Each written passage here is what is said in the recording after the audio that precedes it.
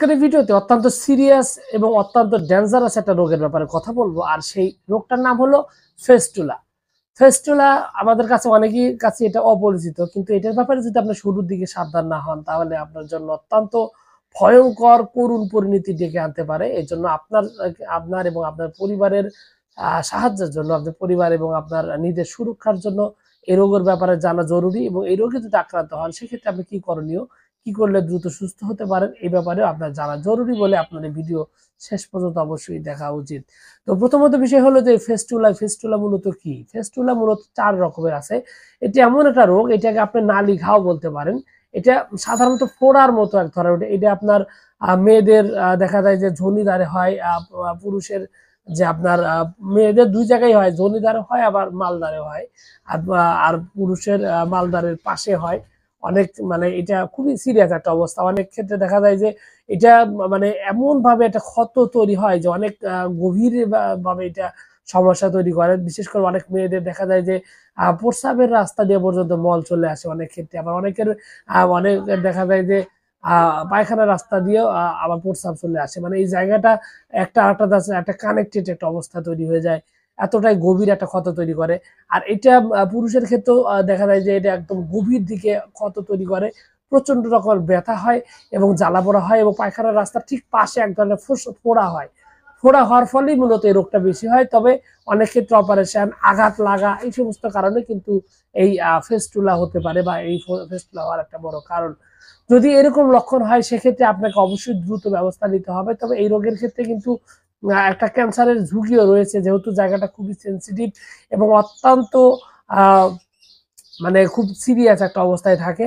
আর মালদারের পাশেই যেহেতু একটা ফোড়ার মতো উঠে ভিতর ভিতর দিকে একদম গভীরে ক্ষত তৈরি করে, প্রচুর আকারে পুঁজ উৎপাদন করে, এক ধরনের কষ পড়ে, পানি আসে, জ্বালা-পোড়া ব্যথা তো রয়েছেই। এক কথা লাইফকে একদম পুরোপুরিভাবে একদম মানে খারাপ একটা পরিণতির মধ্যে নিয়ে যায়। তো এই ফেস্টুলা যদি আপনার হয়ে থাকে তাহলে আপনাকে অবশ্যই যে কাজটা করতে হবে, সর্বপ্রথম আপনাকে আগে সিলেক্ট করতে হবে যে আসলে এটা ফেস্টুলা কিনা। যে লক্ষণগুলো বলে দিলাম এই লক্ষণগুলো যদি আপনি পান তাহলে আপনি নিশ্চিত থাকবেন যে এটা একটা ফেস্টুলা।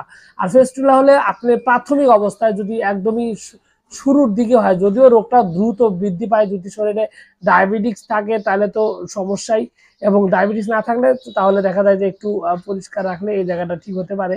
তবে এক্ষেত্রে যে কাজটা করতে হবে, আপনাকে পরিষ্কার রাখার জন্য হোমিওপ্যাথি যে ওষুধ রয়েছে এর মধ্যে একটা রয়েছে ক্যালেন্ডুলা, এটা একটা মাদার টিনচার ওষুধ। এই মাদার টিনচার ওষুধটি দিয়ে আপনি ওই জায়গাটা পরিষ্কার রাখলে ওই ঘাটা আর ছড়াতে দিবে না। দ্বিতীয়ত হলো এই ঘাটা দ্রুত শুকানোর জন্য হোমিওপ্যাথি বেশ কিছু ওষুধের মধ্যে অন্যতম একটা ওষুধ নাম হলো সাইলেসিয়া।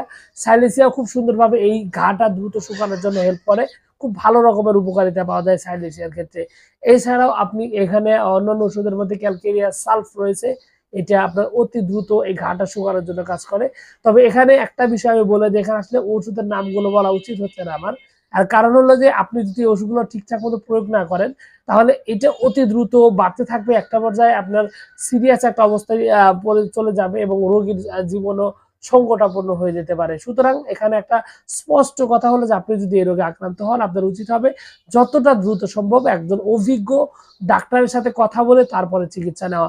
এক্ষেত্রে আপনি চাইলে যোগাযোগ করতে পারেন আমার সাথে, স্ক্রিনে দেওয়া নাম্বারে দেশের যেকোনো স্থান থেকে সরাসরি যোগাযোগ করতে পারেন। তো সবকিছু মিলে এইটুকুই ছিল আজকের ভিডিও।